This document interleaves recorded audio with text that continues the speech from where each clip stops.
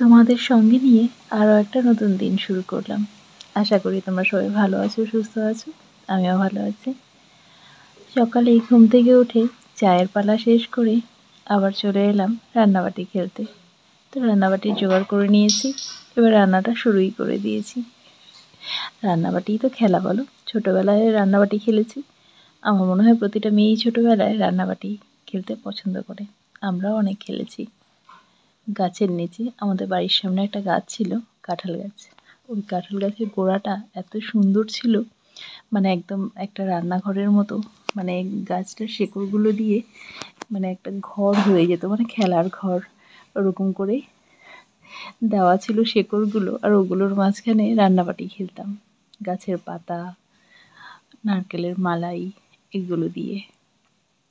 আর একবার আমি একটা উনানও তৈরি করেছিলাম মাটি দিয়ে, ছোট্ট একটা উনুন, তার মধ্যে মালাইয়ের মধ্যে জল দিয়ে, তার মধ্যে কয়েকটা চাল দিয়ে, এই যাই না, আমার মনে হয় ছোটোবেলায় এই যে মানে মালাইয়ের মধ্যে আমাদের তো ওই সময় তো এই এখন যে কত সুন্দর সুন্দর রান্নাবাটিগুলো বেরিয়েছে, আমরা যখন ছোট ছিলাম তখনও হয়তো ছিল, কিন্তু আমরা পাইনি। আমরা ওই নারকেলের মালাইয়ের মধ্যেই রান্না করেছি, রান্নাবাটি খেলেছি। আর ওই মালাইয়ের মধ্যে ভাতও ফুটিয়েছি। এদিকে আবির চলে আসছে টিউশন থেকে, এসে বলছে মা কিছু খেতে দাও। তো ওকে ব্রেড ছিল আর সবজি করলাম এখনই একটা, মানে সব কিছু সবজি দিয়ে একটা নিরামিষ সবজি তৈরি করলাম। রুটি দিয়ে খাওয়াবে, আবার ভাত দিয়েও খাবে। ওই সবজিটা দিয়ে একটু ব্রেড দিয়ে দিলাম। তো ও বলছে এটা মানে বার্গারের মতো করে দিলাম।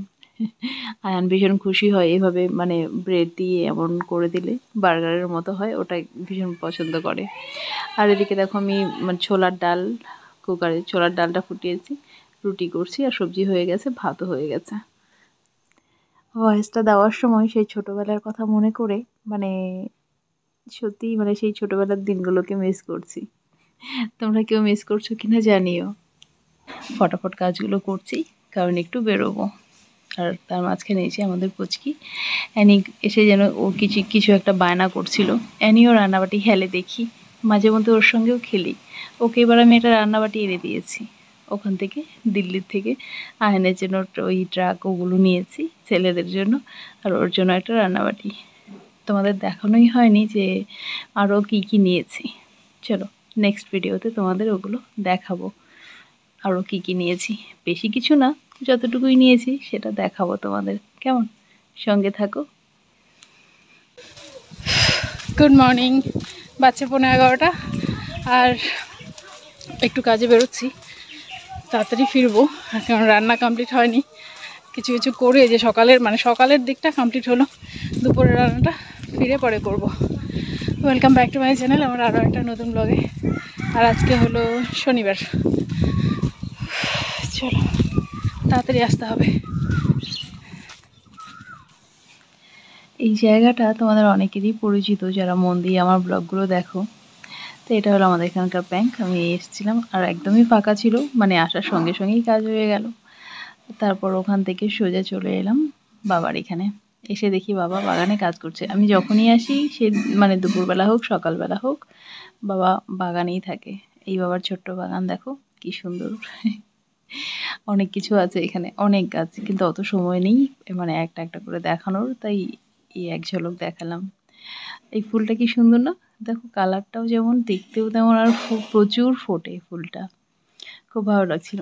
কিন্তু জঙ্গল হয়, দেখতে কিন্তু বেশ লাগে ফুল ধরে থাকলে। আমাদের বাড়িতে ভাবছি লাগাবো, কিন্তু জঙ্গলের ভয়ে লাগাতে চাই না। চলে আসছি মার এখানে, আর বাবার জন্য দেখো বিস্কিট। এই বিস্কিটটা বাবা খুব পছন্দ করে, তাই এই বিস্কিটটাই নিয়ে আসি, আর একটা মেরি। ও বাবা, গেটের মধ্যে তালা দেওয়া, মা মা বাবা গেট খোলো, গেটে তালা দেওয়া। ও বাইরে চলে আসে যে, ওর জন্য।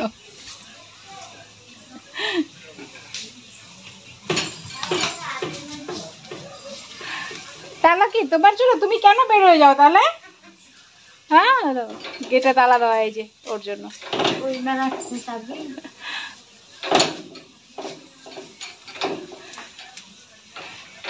ও হলো বাবা?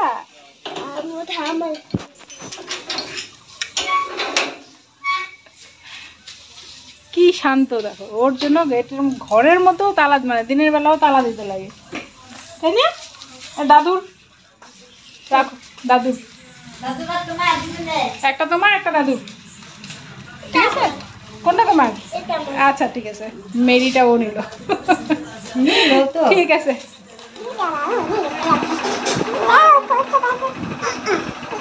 আমি ভারী আছি, আমি ভারী আছি, আমি এখন বড় হয়েছি।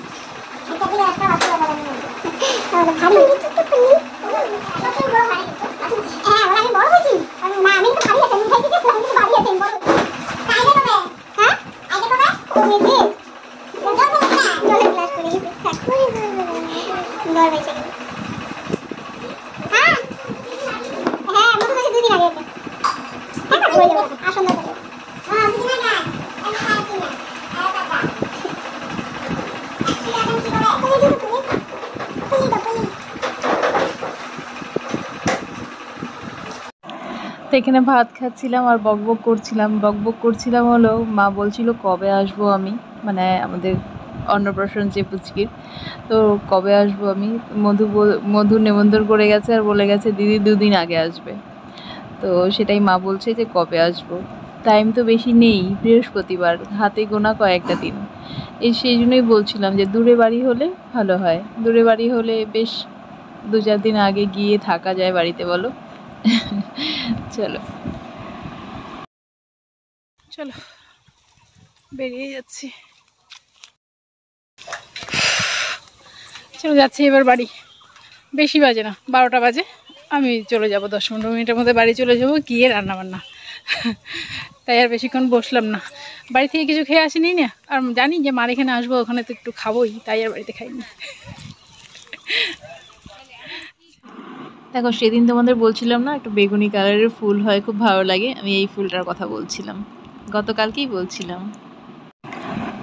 বললাম সোজা বাড়ি যাব, কিন্তু হঠাৎ মনে পড়লো যে পুচকির বার্থডে, তো বার্থডে বলছি, অন্নপ্রাশন আর কয়েকটা দিনই আছে, তো ওর গিফট তো দিতে হবে। তো গিফটের জন্য চলে এলাম এখানে দীপুদার দোকানে। তো দীপুদা ছিল না, দীপুদার দাদা ছিল দোকানে।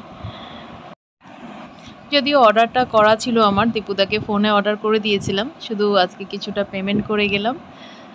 আর কয়েকটা জিনিস নেওয়ার ছিল আয়না বেড়ের জন্য, ওগুলো নিলাম। এবার বাড়ির পথে চলো বাড়ি আসলাম, বাইরে বেশ সুন্দর হাওয়া দিচ্ছে, তাই একটু দাঁড়ালাম এখানে। এই যে টমেটো আর শশার জন্য একটু বাজারের ভেতরে ঢুকলাম, টমেটো শশা রান্না করব একটু। চলো ঘরে গিয়ে একটু জল টল খেয়ে আবার লেগে পড়ি কাজে। দি ভাই সব কিছু কাটাকাটি করেই রেখেছিল, আমি এসে শুধু রান্নাটা বসালাম।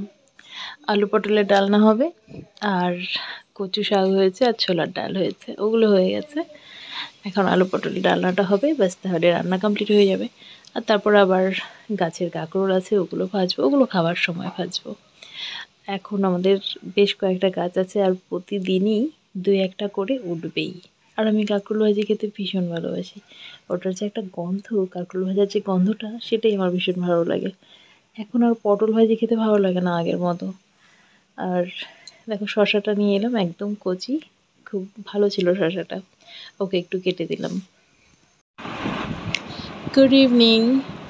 আজকে সন্ধেবেলা একটু স্পেশাল, আমি এখানে করছি সেব টমাটার কি সবজি, আর তার সঙ্গে রুটি থাকবে।